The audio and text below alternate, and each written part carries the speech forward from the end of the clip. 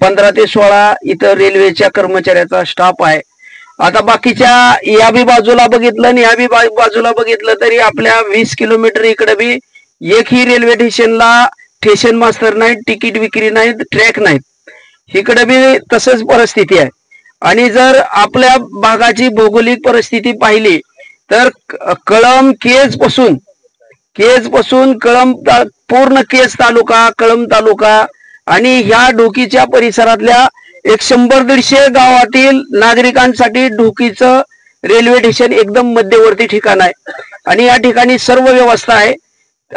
रेल्वेच्या आपण मागण्या याप्रमाणे करता की या ठिकाणी तुम्ही प्रायोगिक तत्वावर 6 महिन्याचा रेल्वे स्टॉप एक्सप्रेस कुठल्याही एका गाडीला एक्सप्रेस स्टॉप द्या, जेणेकरून 6 महिने तुमचं जेवढं अपेक्षित काउंटर असेल त्यापेक्षा पुढे जाण्याचा आम्ही सगळे ढोकीकर परिसर मिळून प्रयत्न करणार आहे.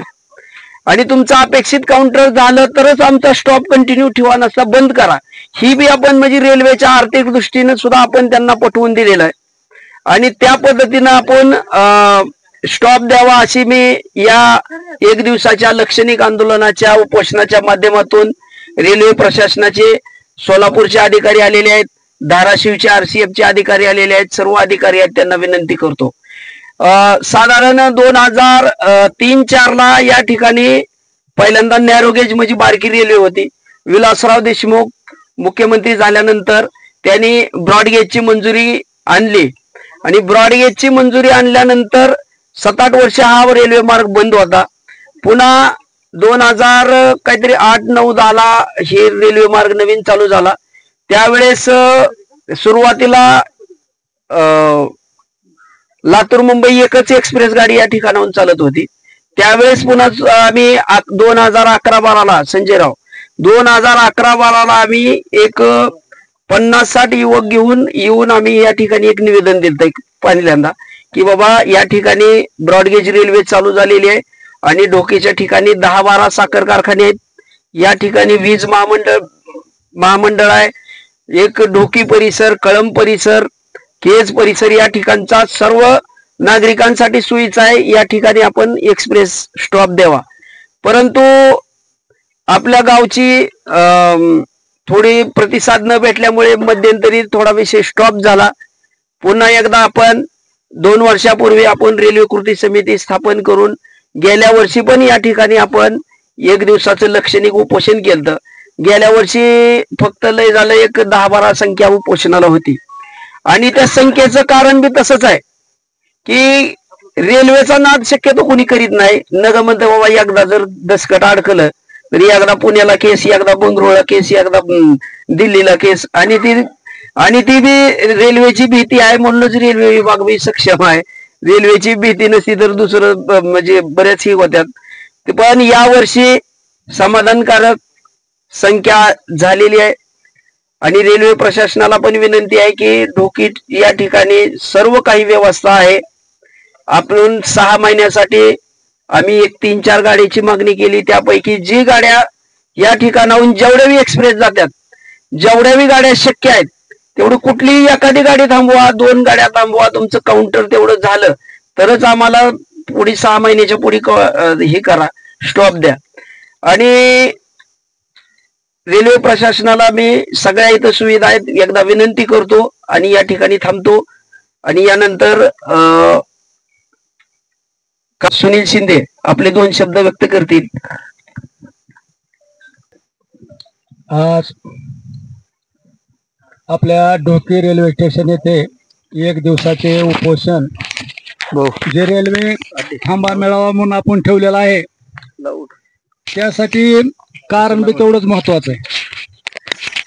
आपल्या लातूर ते धाराशिव त्याच्यामध्ये सर्वात मोठा स्टाफ असणारं स्टेशन मध्ये ढोकी आहे. आणि लातूर आणि धाराशिवच्या मधलं जर अंतर काढलं तर ढोकी येथे स्टाफ मिळवण्यासाठी कुठली अडचण नाही. त्याच्यामध्ये कळंब पासून ते केज पासून ढोकीला येणारे प्रवासाची संख्या आहे. त्यांना लातूर बी परवडत नाही किंवा धाराशिवला बी जाणं परवडत नाही. केज आणि कळंबवाल्याला ढोकी स्टाफ परवडतंय. ढोकीला येण्या जाण्यासाठी सुविधा आहे. आणि आपल्याला जर जायचं असेल पुणे, मुंबई, हैदराबाद तर आपल्याला धाराशिवला जावं लागतं. हे सगळं आडमार्ग होत आहे. या ठिकाणी जर स्टाफ मिळाला तर आपल्या डोकीवाल्याची व्यवस्था होती, आजूबाजूच्या 5-50 गावची व्यवस्था होती. आणि ती मिळण्यासाठी तशी ठोस कारण आहेत. साखर कारखाना आहे, वैराग्य महामेरू संत गोरोबा काका यांचं समाधी स्थळ संत तेर हे आपल्या डोकीपासून 5-6 किलोमीटर अंतरावर आहे. तसंच जैन समाजाचं सर्वात मोठं मंदिर तेर येथे आहे. आणि त्या समाजाला पूर्ण देशातून येण्यासाठी डोकीच हे ठिकाण महत्वाचं आहे.